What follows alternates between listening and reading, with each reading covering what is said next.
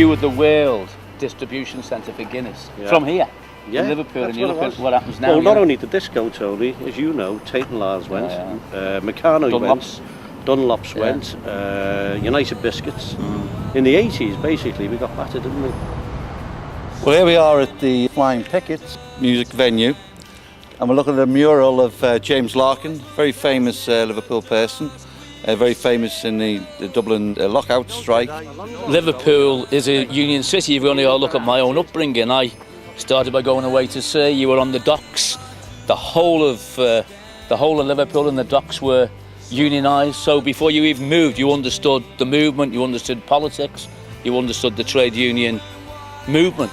I started work when I was 16 in 1979, about a quarter of a mile away from here in the city centre, and it's odd to be in this kind of post-industrial landscape because it reminds us so much of the history of the city.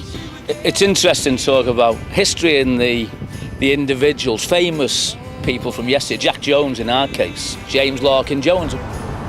When you think of the 80s, and in fact it's only up the road here when the riots took place, and when I think back to the 80s and those factories closing, in truth this city's on the up.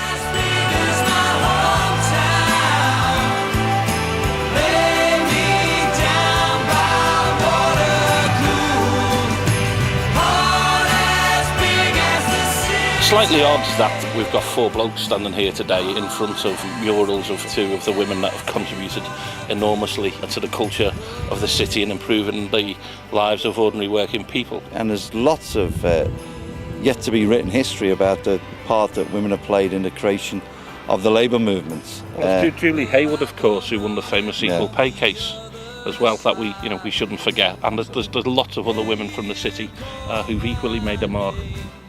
Politics is everywhere in Liverpool. Take music, for example.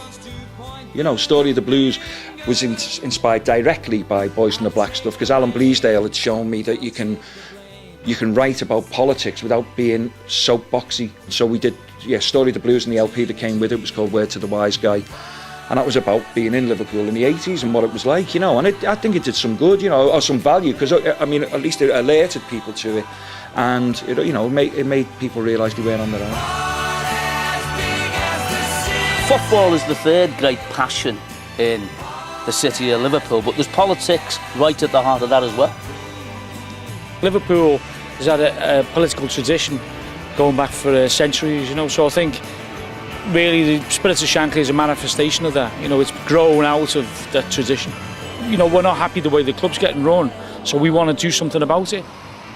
Whether it's football or whatever, there's one thing that is absolutely certain about the people of Liverpool and indeed Merseyside. They operate as a community, they work together and struggle together, they fight together, but they never forget their roots. They never forget where they come from.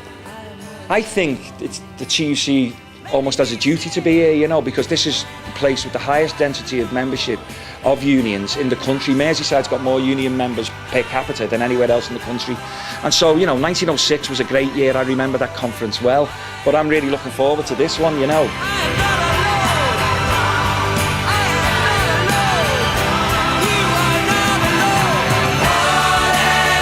delegates should definitely visit the Walker Art Gallery. It's got a fabulous collection of decorative art, and it's in fact the National Gallery of the North.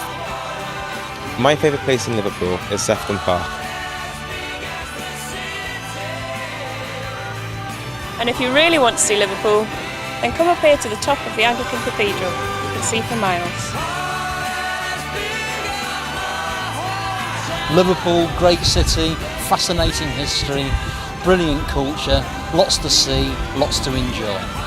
And I know it's a cliche, but while in Liverpool you've got to go on the Mersey ferry. I think what Liverpool does is make you stand up, whether that's in a pub and do a song or in a union meeting. And every one of us has got that background. It's about standing up and saying something.